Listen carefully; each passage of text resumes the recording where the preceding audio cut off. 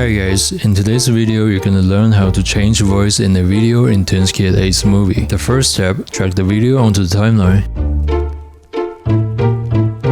The help of keyframing. The first step, add a material from the AceMovi's resources library. Go to the top right panel, under audio, drag the second slider to change the pitch. To the right, it will make your pitch higher. The first step, add a material from the AceMovi's resources library.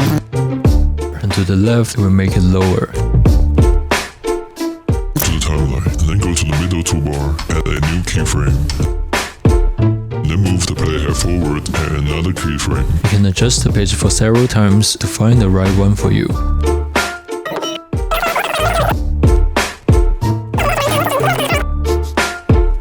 When you finish changing the voice, click export and save the video to your computer. That's the end of this tutorial. Thank you so much for watching. Like and subscribe. I'll see you next time.